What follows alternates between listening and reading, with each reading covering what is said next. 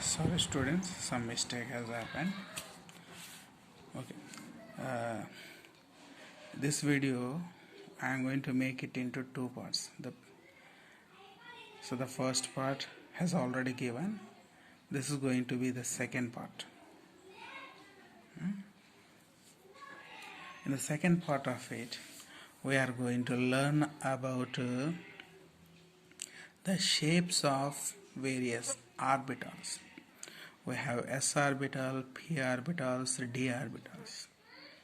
Their shapes we are going to discuss along with their orientation. So the orbits, when we see the s orbital is the first orbital present in the smallest subshell, and its shape is being determined sphere. P subshell's shape is determined dumbbell. D subshell has a double dumbbell. F has four-folded dumbbell. But F shapes are not necessary because we are not having in our syllabus. Now let us draw the shapes of each, beginning with s orbital. See, the s orbital has a sphere shape, so this will be the sphere that exists all around the region, and its variation can be by separating into axes. So if this is x and y axis, around it the sphere like this we are going to have. Now the dumbbell shape of p orbital is, how does it look like? The dumbbell shape will be look like this, and the double dumbbell will be the combination of two dumbbells.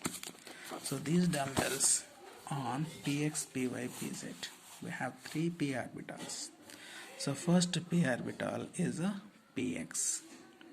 In a three-dimensional region, we can expect three axes remaining perpendicular to each other, x, y, and z. If the dumbbell exists along the x-axis, this is going to be px orbital. If the dumbbell, say,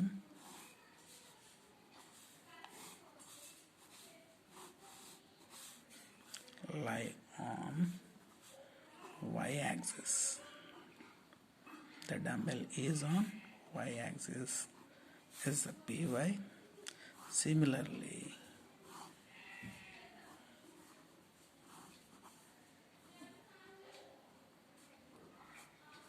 on z-axis, it is pz, px, py, pz. So the three dumbbells together will be seen like this: x-axis, y-axis, and z-axis. That means x, y, and z. So px on x-axis, py on y-axis, pz on z-axis. So three dumbbells together, all px, py, and pz together, seen like this. Okay, now we go to D. D shapes are double dumbbell. Okay, and here the structure of symmetric orbitals is like one, asymmetric is different. First, symmetric. In symmetric, first orbital is dxy. That means the orientation lie in between x and y axis, having double dumbbells, two dumbbells. This is dxy,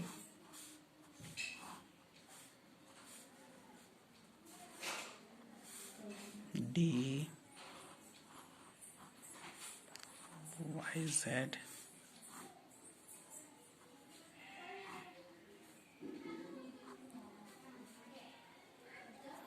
between x and z,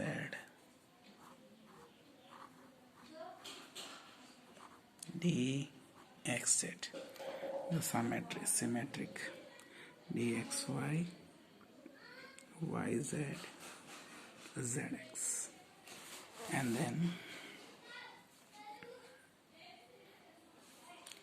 dx square y square. So the orientation x and y on the axis, dy square it is, and dz square x square it is. This is dx square y square. The final one is dz square. So here, out of the two dumbbells, one dumbbell lie on x-axis, so z-axis. The other dumbbell will be looped around the orbital, around the z-axis. The loop will be created. This will be the double dumbbell of dz square. These are the shapes of various orbitals. Okay, and this is the completion of modern atomic theory, where we discuss all the concepts. Now, most important part of the lesson is quantum numbers.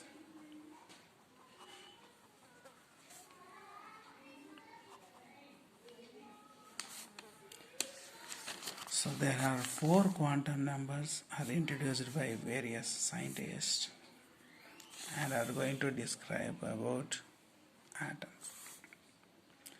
See, remembering these quantum numbers is very easy if we can remember a stationary orbit, subshell, orbital, and rotation of electrons. You can see this.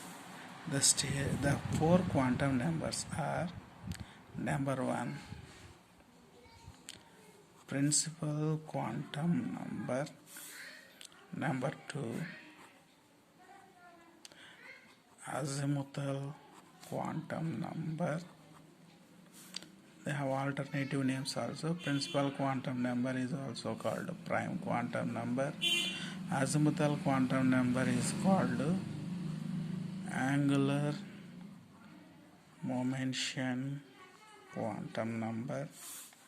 Third, magnetic quantum number is also called oriental quantum number. The fourth one is spin quantum number or rotational quantum number. Symbolically, principal quantum number denoted by n, angular momentum quantum number L, magnetic quantum number ml, spin quantum number ms. So L is principal quantum number n, azimuthal quantum number L, magnetic quantum number ml, spin quantum number ms. These are the symbols. What are they going to represent? We speak about the first one. We need to remember this is introduced by Niels Bohr. Is introduced by Niels Bohr. The symbolic notation is n. These are going to describe about size and energy of stationary orbit. going to describe about size and energy of stationary orbit. And the numerical values of this number begins from 1, 2, 3, 4 and so on.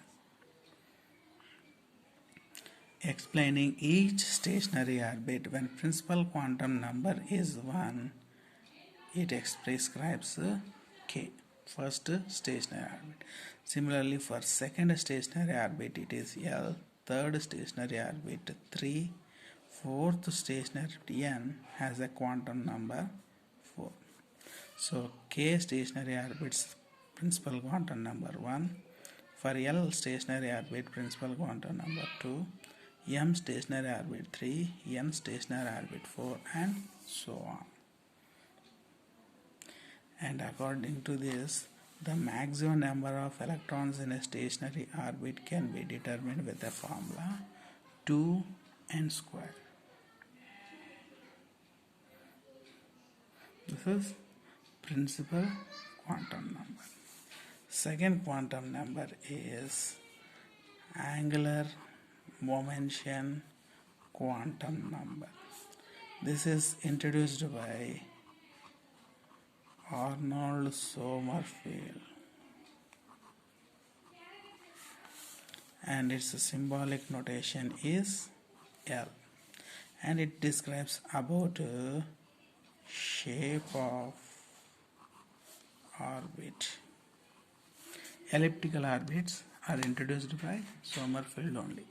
So the shape has what kind of ellipse, how much ellipse, that can be determined by this quantum number only. According to this, around the nucleus, if any orbit has the smallest azimuthal quantum number, it is described, it has a spherical shape. The next one has elliptical shape. If third exists, it has a more ellipse. If fourth one has, it has very long ellipse. Like this, the elliptical shape increase. And the numbers begin here, beginning from 0, 1, 2, 3, 4 and so on. These are going to describe about subshells only. So S subshell takes azimuthal quantum number 0, P subshell takes 1, D subshell takes 2, F subshell 3, G subshell 4 and so on. So here spherical is L is equal to 0, that means S subshell. This is L equal to 1 P subshell, this is L equal to 2 D subshell, this is L equal to 3 F subshell. So it's a azimuthal quantum number. And a magnetic quantum number. This one is introduced by the person Lande, has a symbol ML. Describes about orientation of orbitals. Okay, this orientation of orbitals. Now what are the values? These values always depends upon azimuthal quantum number. So the lowest azimuthal quantum number is minus L. The highest azimuthal quantum number is plus L. And the total number of values exist are 2L plus 1. Total values are 2L plus 1.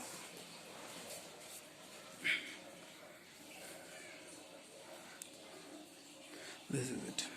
For example,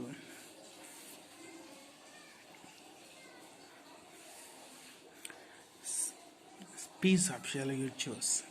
In P subshell, we know we are going to have 3 orbitals. What are the values of those 3 orbitals? We know that for P subshell, L is equal to 1. So azimuthal quantum magnetic quantum number values are beginning from minus L, means minus 1 2, the maximum value will be plus 1. So all the values are minus 1, 0, plus 1. So minus 1 is for px, 0 is py, plus 1 is pz. Like this, we are going to apply the magnetic quantum numbers. And fourth quantum number, spin, is introduced by Uhlenbeck and Goudsmit. And the symbolic notation is ms. And here this quantum number describes about rotation of electron. So the rotation of electrons means an electron can have maximum 2 rotations. One is clockwise, the other is anti-clockwise rotation. The atom makes a clockwise rotation will be symbolically explained by upward arrow mark and anti-clockwise rotation by downward arrow mark. And the values are for upward arrow mark means clockwise rotation plus half, for downward anti-clockwise rotation are minus half. These are the values of spin quantum number. So these are all the four quantum numbers, those existing. Okay, students, this is the information about the quantum numbers. In today's class, we learned a modern atomic theory and as well four quantum numbers. Okay, so this is enough. In the next class, we are going to choose arm. That means we are going to learn writing electronic configuration. That finishes the lesson. Okay, and after finishing this lesson, I will give you a full worksheet for you.